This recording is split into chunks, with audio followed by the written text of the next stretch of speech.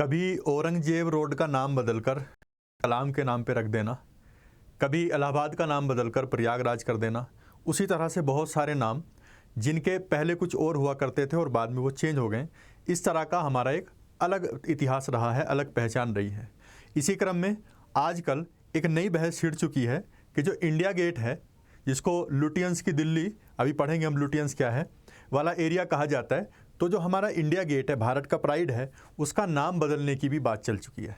क्या नाम रखा जाएगा, किसने मांग करी है और नाम बदलने की क्या प्रक्रिया है, इसी सब पर हम चर्चा करेंगे इस सेशन में।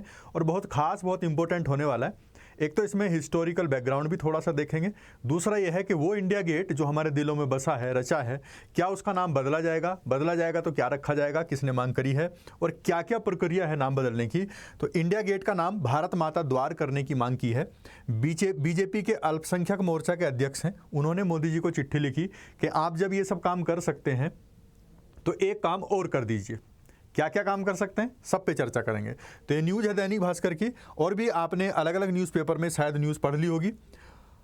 ये है जमाल सिद्दीकी, जो भाजपा के अल्पसंख्यक मोर्चा के राष्ट्रीय अध्यक्ष हैं, और इन्होंने डिमांड करी है कि जो हमारा इंडिया गेट है उसका नाम बदलकर भारत माता द्वार कर दीजिए। मोदी जी से इन्होंने डिमांड की है और प्रधानमंत्री मोदी के नाम पर एक इन्होंने खत लिखा है, एक चिट्ठी लिखी है, उसमें डिमांड की है कि भारत का जो प्राइड है, भारत का जो गर्व है, इंडिया गेट, उसका नाम बदलकर भारत माता द्वार किया जाना चाहिए। तो आप अपनी राय भी देना कमेंट में, क्या ये मांग सही है, क्या उसका नाम बदलकर भारत माता द्वार करना चाहिए, या ये नाम बदलने की प्रक्रिया आपको लगता है कि फिजूल खर्ची है। अपनी राय कमेंट में जरूर देना। इन सब पर चर्चा करेंगे। उससे पहले मैं आपको बता देता हूँ, अनअकैडमी आपके लिए 60% ऑफ लाया है, जो आपकी हाई डिमांड पर 8 तारीख तक ये बढ़ा दिया गया था। कल इसकी लास्ट डेट है। अगर आप 12 महीने का प्लान लेना चाहते हैं 23,499 में है, 18 महीने का 24,999। अनलिमिटेड क्लासेस का एक्सेस मिलेगा, 1 to विंटरशिप, प्री मेन सबकी तैयारी इसमें हो जाएगी। ये आपके लिए बहुत अच्छा ऑफर है। इसमें एक एश्योर प्रोग्राम भी ऐड है जो 26 देना चाह रहे हैं, प्री यूपीएससी 2026। तो उनके लिए अगर 26 में उनका सिलेक्शन नहीं हो पाता, प्री क्वालिफाई नहीं हो पाता है, तो उनको 1 साल का एक्सटेंशन दिया जाएगा। उसके लिए शर्त है, आप 26 का फॉर्म भरेंगे, उसका एडमिट कार्ड अनअकैडमी में एक उसकी कॉपी जब सबमिट कराएंगे, और प्लस कोर्स जो आप खरीदेंगे उसमें 400 घंटे कम से कम पढ़ा हुआ आपका होना चाहिए, और प्री के 25 लाइव टेस्ट और मेंस के 15 लाइव टेस्ट आपने अटेम्प्ट किए होने चाहिए। ये जो कोर्स है इसमें अप्लाई होगा 18 महीने उससे ऊपर के कोर्सेज जब आप खरीदेंगे। इसके अलावा आपके लिए अलग अलग बैच हैं। आगाज 27, अगर आप 27 की तैयारी करना चाहते हैं तो ये बैच आया है। आरएम 26 के लिए दोनों इंग्लिश में है, और इग्नाइट 26 के लिए इंग्लिश में है, और ये शिखर बैच है 26 के लिए हिंदी में है। और इसी बैच में मैं हिस्ट्री पढ़ा रहा हूँ, मॉडर्न इंडियन हिस्ट्री। कल से मेरी स्टार्ट हो रही है, 8 तारीख से इसमें मेरी मॉडर्न इंडियन हिस्ट्री स्टार्ट हो रही है। तो हिस्ट्री इसमें मैं पढ़ाऊँगा। बाकी और भी टीचर्स हैं, सेम प्रोसेस है, 1 to 1 मेंटरशिप, बाकी अनलिमिटेड आपको क्लासेस मिल जाएंगी। इन सबको आप कोई सा भी अवेल कर सकते हैं, कोई सा भी ले सकते हैं। इसके साथ साथ प्रीलिम्स सक्सेस प्रोग्राम आया है 2025 के लिए। जो लोग 2025 देने वाले हैं 2025, उनके लिए प्रीलिम्स सक्सेस प्रोग्राम आया है स्पेशल 25 के लिए।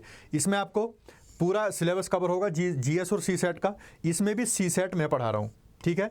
इस बैच में भी सीसेट में पढ़ा रहा हूं। तो अगर आप 25 देने वाले हैं तो यहां पर इसको ज्वाइन कर सकते हैं। इसमें 20 प्रीलिम्स के मॉक टेस्ट आपको मिलेंगे, कंप्लीट करंट अफेयर्स मिलेगा, डाउट क्लियर सेशन होगा, डेडिकेटेड। 16 जनवरी से स्टार्ट हो रहा है। 16 जनवरी को पहली मेरी क्लास है सुबह 11 बजे। जो ये वाला प्रीलिम सक्सेस प्रोग्राम है इसमें मेरा सीसेट चल रहा है, मतलब चलेगा 16 जनवरी से सुबह 11 बजे। और जो दूसरा प्रोग्राम है शिखर, वो हिंदी मीडियम में है, ये इंग्लिश में। उसमें मेरा जो मॉडर्न इंडियन हिस्ट्री है वो चलेगा शाम 6 बजे। आप इनको ज्वाइन कर सकते हैं। और बाकी एजुकेटर्स भी हैं इसमें, बड़े बड़े एजुकेटर्स। इसके अलावा optional subject history, geography, anthro, PSI और सोशोलॉजी ये भी स्टार्ट हो चुके हैं, आप इनको भी ज्वाइन कर सकते हैं। तो ये जो 60% का ऑफ चल रहा है उसके लिए आपको एक कोड इस्तेमाल करना पड़ेगा, PAUPSC। इस कोड को इस्तेमाल करके ही आपको ये डिस्काउंट मिलेगा, नहीं तो आप डिस्काउंट से अधूरे रह जाएंगे। तो ये कोड का यूज करना ना भूलें, PAUPSC कोड जरूर इस्तेमाल करें। जैसा कि आपको पता है मेंस का रिजल्ट आ चुका 24 का, और जो इंटरव्यू हैं वो स्टार्ट होने वाले हैं, हो चुके हैं। तो इसीलिए मॉक इंटरव्यू प्रोग्राम स्टार्ट किया अनअकैडमी ने, ये भी आप ज्वाइन कर सकते हैं अगर आपका 24 का मेंस क्वालिफाई हो गया हो। इसमें जो 23 का प्रोग्राम था मॉक इंटरव्यू वाला, इसमें रैंक फर्स्ट, 3, 18, 39, 54 ये सब अनअकैडमी के मॉक इंटरव्यू प्रोग्राम के हिस्सा थे। आप भी इस जर्नी में आगे बढ़ सकते हैं अनअकैडमी के साथ जुड़कर। तो हम शुरू करते हैं अपना सेशन।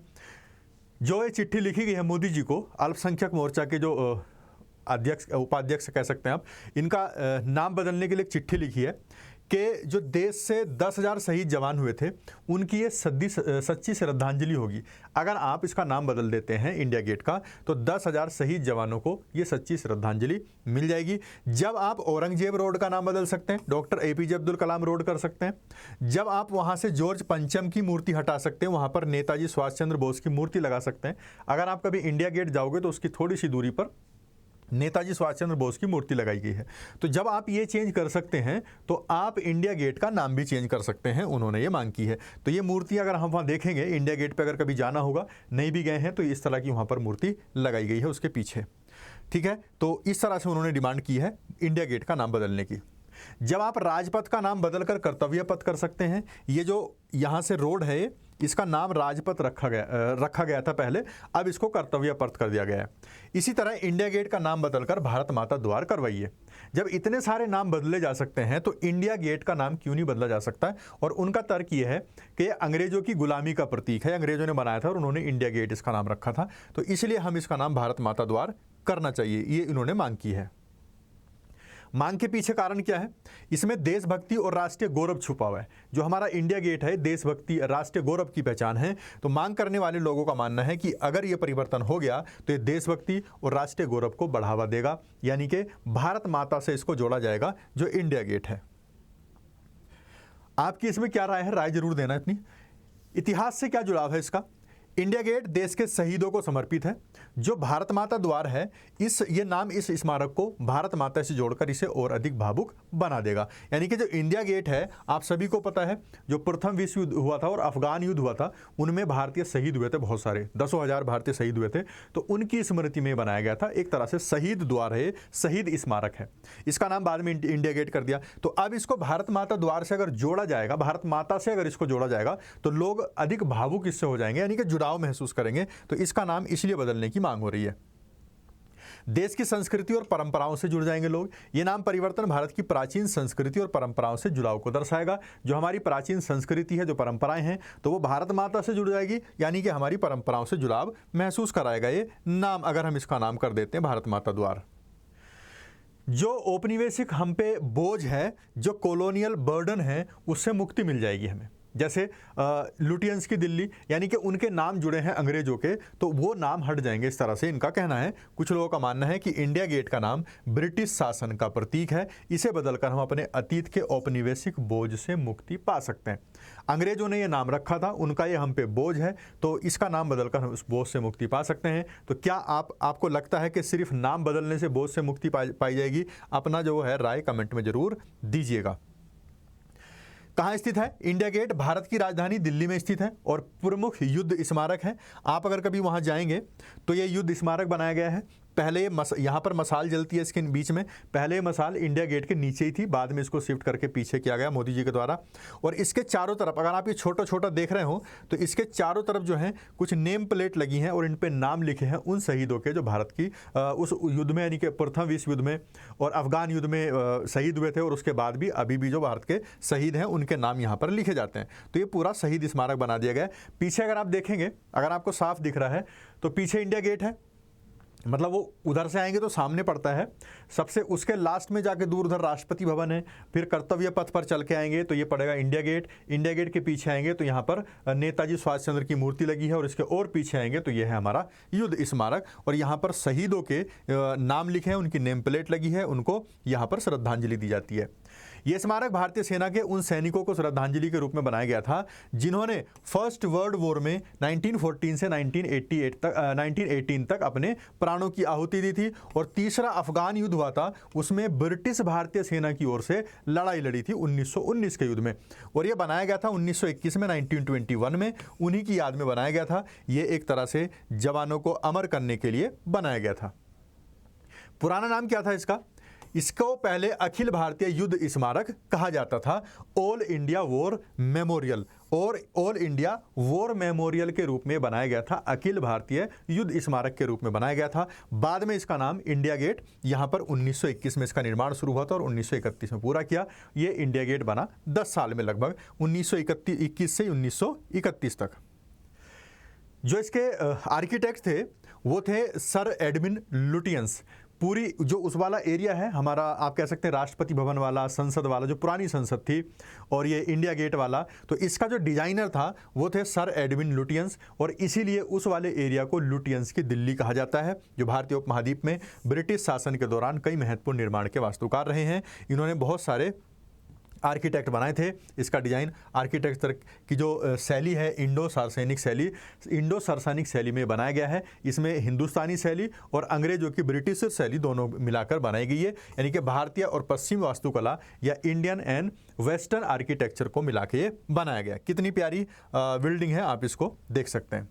और इसमें जो है लाल बलुआ पत्थर इस्तेमाल हुआ है। बलुआ पत्थर का इस्तेमाल इसका किया गया। 42 मीटर या 138 फीट की ऊंचाई इसकी है ना, ऊंचाई याद रखेंगे, 42 मीटर या 138 फीट की ऊंचाई जो हमारा इंडिया गेट है उसकी है, और लाल बलुआ पत्थर इसमें इस्तेमाल किया गया है। ये जहाँ पर ज्योति जल रही है, जवान अमर जवान ज्योति आपको दिख रही होगी, ये हमारा स्मारक है। यहाँ चारों तरफ घूमने के भी परमिशन होती है। अगर आप कभी घूमने जाएंगे इंडिया गेट, तो यहाँ पर जो ये छज्जा टाइप पड़ा हुआ है, गोल गोल इसमें बना हुआ राउंड, आप यहाँ से साइड से आएंगे, नीचे उतरेंगे, इधर से घूम के ऊपर इधर चले जाएंगे, तो आपको अलग अलग यहाँ पर छोटे छोटे पिक्चर्स यानी कि बोर्ड लगे मिलेंगे। वहाँ पर वो युद्ध की याद दिलाते हैं, कौन कौन सी लड़ाई इंडिया ने लड़ी है उनके उसमें वो लगाया हुआ है। तो आप कभी जाएंगे बड़ा अच्छा फील होगा, मतलब आपको बड़ा प्राउड फील होगा कि हम इस देश के वासी हैं। इंडिया गेट उन भारतीय सैनिकों की याद में समर्पित किया गया जिन्होंने ब्रिटिश भारतीय सेना के हिस्से के रूप में युद्धों में शहादत दी थी। उसमें उन सैनिकों के नाम लिखे गए जिन्होंने इस युद्ध में अपनी जान गंवाई।